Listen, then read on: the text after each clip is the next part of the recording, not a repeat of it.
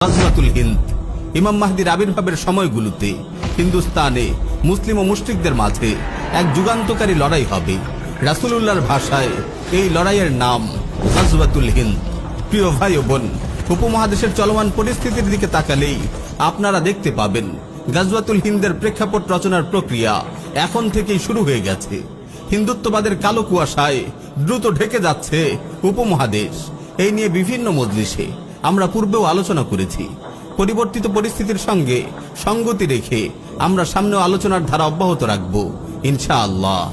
গাজওয়াতুল হিন্দ রাসূলুল্লাহর প্রতিশ্রুত এক মুবারক জিহাদ, যে জিহাদে অংশগ্রহণ করার জন্য স্বয়ং সাহাবায়ে কেরামও লালায়িত ছিলেন। সুনানে নাসাই, মুসনাদ আহমদ, মুস্তাদরাক হাকিম সহ আরো অনেক হাদিস গ্রন্থে বর্ণিত একটি হাসান হাদিসে এসেছে, সাইয়্যিদুনা আবু হুরায়রা রাদিয়াল্লাহু তাআলা আনহু বলেন, রাসূল সাল্লাল্লাহু আলাইহি ওয়াসাল্লাম আমাদেরকে গাজওয়াতুল হিন্দের প্রতিশ্রুতি দিয়েছেন, আমি যদি সেই জিহাদ পেয়ে যাই তাহলে আমি আমার জান মাল সবকিছু তাতে কুরবান করব। এতে যদি শাহাদাত বরণ করি তাহলে আমি হব শ্রেষ্ঠ শহীদ, আর যদি গাজী হয়ে ফিরে আসি তাহলে আমি হব জাহান্নামের আগুন থেকে মুক্তিপ্রাপ্ত আবু হুরায়রা।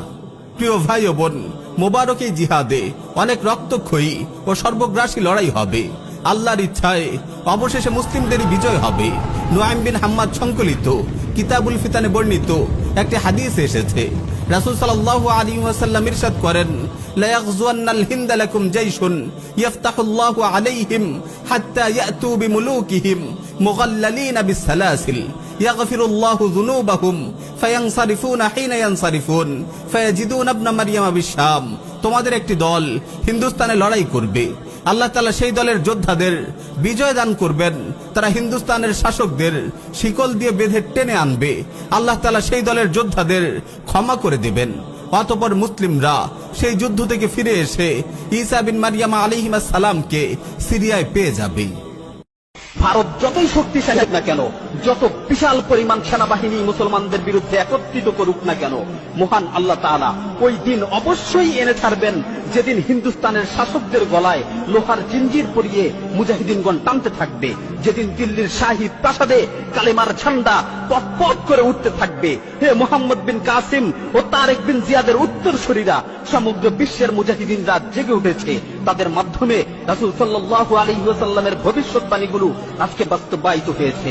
হে হিন্দুস্তানের অধিবাসীরা, রাসূল সাল্লাল্লাহু আলাইহি ওয়াসাল্লামের ভবিষ্যৎবাণীগুলো তোমাকেও হাতছানি দিয়ে রাখছে।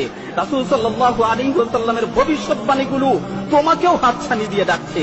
সুতরাং আর বসে না থেকে গাজওয়াতুল হিন্দের জন্য প্রস্তুতি নাও, গাজওয়াতুল হিন্দের জন্য রণসাজে সজ্জিত হও।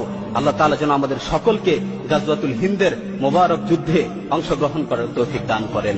আমিন।